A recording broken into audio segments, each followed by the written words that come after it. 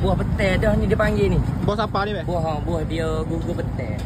Kita ada buah gugur pagi ada, gugur petai ada. Kalau macam ni dia gugur petai.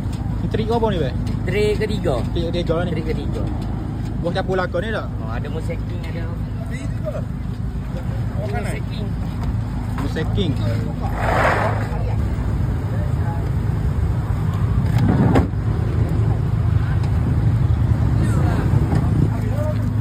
Buah fresh-fresh dari ladang.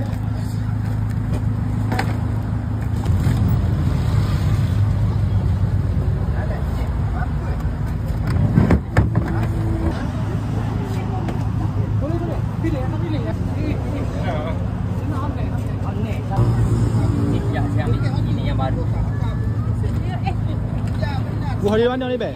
Buah daripada raut abang. Daripada raut ke? Daripada raut. Makan apa kak? Udah memang Fresh ya? Fresh. Dia pokok tu. Walaupun dulu. Ni nak kalau macam kedai kalau nak tengok macam buah baru kedai kita cek sini abang. Akar dia ni lah. Hijau. Hijau je. Maknanya kalau gini ni buah baru. Buah baru. Macam ni buah petai ni. Buah betul baru lurus je tak? Buah baru dulu. Trik ketiga ni. Oh, comel-comel belakang buah. Agak saya ambil yang baru Yang ni.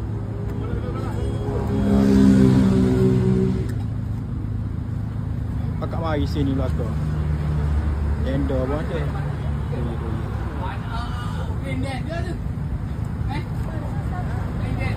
Oh, siapa?